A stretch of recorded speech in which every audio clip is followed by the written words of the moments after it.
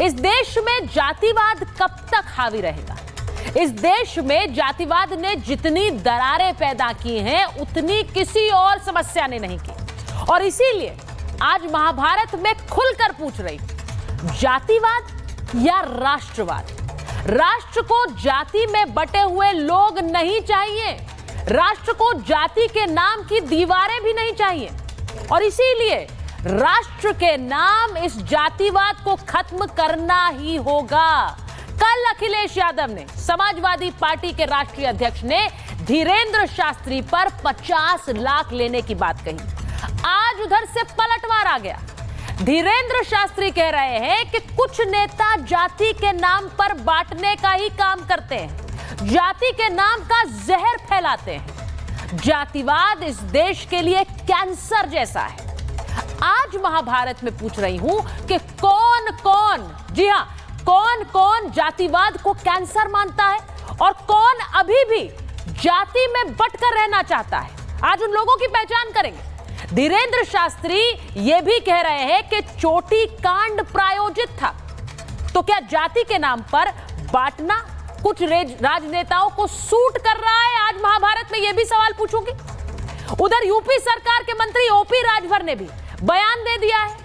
वो कह रहे हैं कि कथा का काम ब्राह्मण का है, यादवों का काम दूध दोहने का है। अब आज सवाल पूछ रही हूं, क्या इस बयान को आप सही मानेंगे कि ब्राह्मण कथा करते रहे और जो यादव है वो दूध दोहते रहे?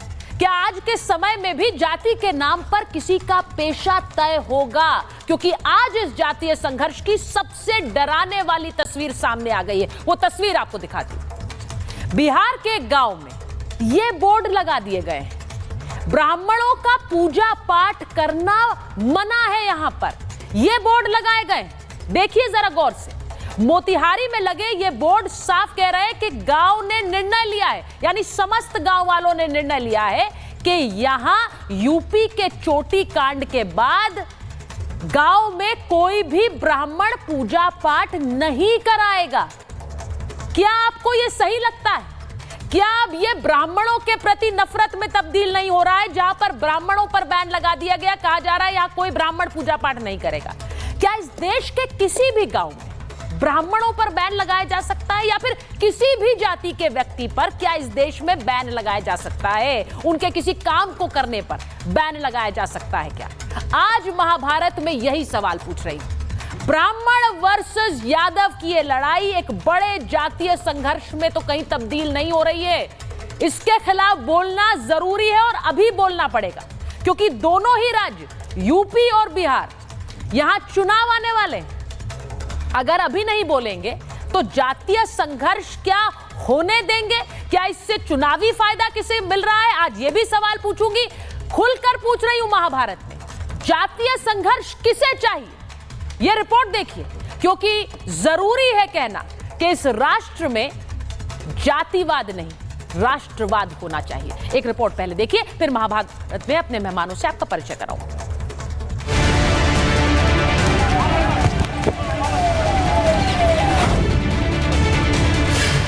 यूपी टू बिहार, ब्राह्मण बैन का प्रचार। बागेश्वर पर बयान, अखिलेश का सुंदरकांड। इटावा में यादव कथावाचकों के साथ मारपीट का मामला पूरी तरह से यादव बनाम ब्राह्मण हो गया है और जातीय संघर्ष की आग अब बिहार तक पहुंच गई। बिहार के एक गांव में ब्राह्मणों के बहिष्कार के बोर्ड लगा दिए गए हैं। इनमें लिखा हुआ है कि ब्राह्मणों का इस गांव में पूजा पाठ कराना मना है। ये तस्वीरें मोतिहारी की है, जहां ब्राह्मणों का विरोध शुरू हो गया है। उत्तर प्रदेश के इटावा में जो घटना घटित हुई है, उसके बहिष्कार करते हुए हम लोगों ने बोर्ड लिखवाया है। वहीं इस बारे में समाजवादी पार्टी अध्यक्ष अखिलेश यादव से पूछा गया कि ब्राह्मणों के पूजा पाठ कराने पर बैन लगाया गया, तो उन्होंने कुछ यूं जवाब दिया। आजकल ऐप पे कर लो पूजा पाठ, बहुत सारे ऐप आ रहे हैं। नहीं, आजकल ऐप बना दिए हैं सबने, ऐप से कर लीजिए पूजा, उसमें क्या है। क्या अखिलेश ब्राह्मणों की पूजा पर तंज कस रहे हैं? ब्राह्मण नहीं तो ऐप ही सही। क्या अखिलेश अपने इस बयान से जातीय संघर्ष को और हवा दे रहे हैं? इससे पहले भी अखिलेश ने इसी मामले में बाबा बागेश्वर को बीच में लाकर उन पर अंडर द टेबल पैसे लेने का आरोप लगाया था। तो अब बाबा बागेश्वर ने अखिलेश यादव का बिना नाम लिए पलटवार किया है। पंडित धीरेन्द्र कृष्ण शास्त्री ने कहा कि कुछ लोगों ने आग पे घी डाला है। प्रायोजित था ये पूरा कथावाचक कांड। जातिवाद से कुछ नेताओं को लाभ मिलता है। जातिवाद देश के लिए कैंसर जैसा है। हाथी चले बाजार, हम सेवा करते रहेंगे। हमारा धार्मिक धाम पर है, विदेश यात्रा जाना जरूरी है। हम नहीं जाएंगे दक्षिणा नहीं मिलेगी तो अन्नपूर्णा नहीं चलेगी। मजबूरी है, मत तो नहीं करता कि हम जाए, पर मजबूरी ऐसी कि नहीं जाएंगे तो अन्नपूर्णा हम रहे ना रहे, भंडारा चल ही रहा, खर्चा लगे, हॉस्पिटल बनाने, तो वो भी हमारी मजबूरी है। ये बवाल हर दिन बढ़ता जा रहा है। अब अखिलेश यादव पर पलटवार यूपी सरकार के मंत्री ओपी राजभर ने किया। उनका नाम है ओपी राजभर। वो अपना दल बदलने के मूड में होंगे, गठबंधन बदलने के मूड में होंगे। जब गठबंधन उन्हें बदलना होता है तो वो खिलाफ बोलते हैं किसी के। देखिए, वो रात भर परेशान है बेचारे कि सत्ता से 2017 से बेदखल है। सत्ता पाने के लिए एकदम व्याकुल है और सत्ता के गलियारे में ओम प्रकाश राजभर, संजय निषाद, अनुप्रिया पटेल, जयंत चौधरी जैसे लोग गेट पर खड़े हैं कि नो एंट्री है। इस नाते वो रात भर चिल्ला रहे हैं। इसी नाते रात भर करते करते ओम प्रकाश राजभर कर रहे हैं। आज महाभारत में सवाल पूछ रहे हैं कि एक प्रकरण को इतना बड़ा बना दिया गया कि वो जातीय संघर्ष में तब्दील हो गया। सवाल ये भी कि आने वाले बिहार और यूपी चुनाव में किसको इससे फायदा मिलने वाला है।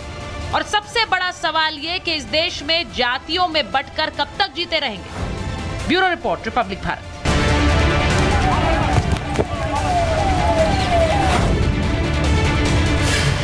यूपी टू बिहार, ब्राह्मण बैन का प्रचार।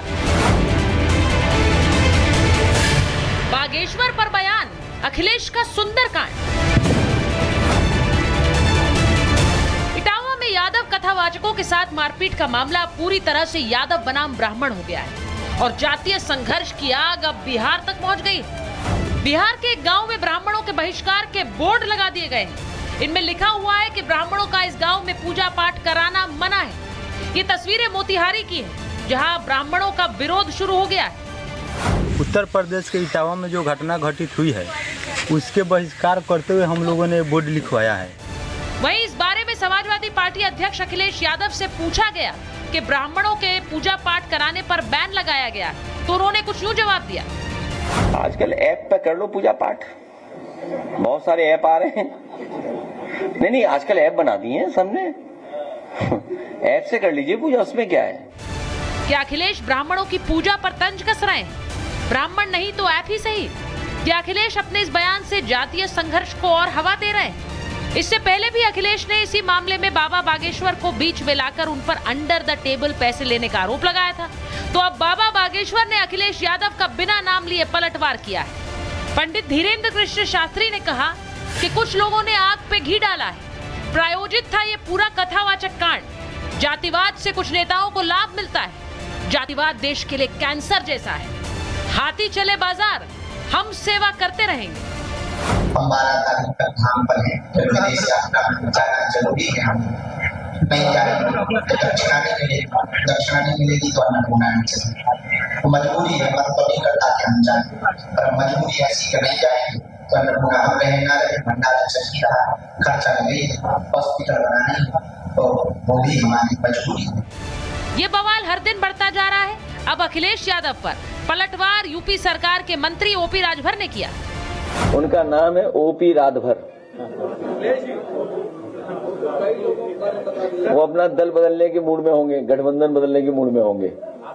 जब गठबंधन उन्हें बदलना होता है तो वो खिलाफ बोलते हैं किसी के। देखिए, वो रात भर परेशान है बेचारे कि सत्ता से 2017 से बेदखल है। सत्ता पाने के लिए एकदम व्याकुल है और सत्ता के गलियारे में ओम प्रकाश राजभर, संजय निषाद, अनुप्रिया पटेल, जयंत चौधरी जैसे लोग गेट पर खड़े हैं कि नो एंट्री है। इस नाते वो रात भर चिल्ला रहे हैं। इसी नाते रात भर करते करते ओम प्रकाश राजभर कर रहे हैं। आज महाभारत में सवाल पूछ रहे हैं कि एक प्रकरण को इतना बड़ा बना दिया गया कि वो जातीय संघर्ष में तब्दील हो गया। सवाल ये भी कि आने वाले बिहार और यूपी चुनाव में किसको इससे फायदा मिलने वाला है। और सबसे बड़ा सवाल ये कि इस देश में जातियों में बंटकर कब तक जीते रहेंगे। Bureau report, Republic Bharat.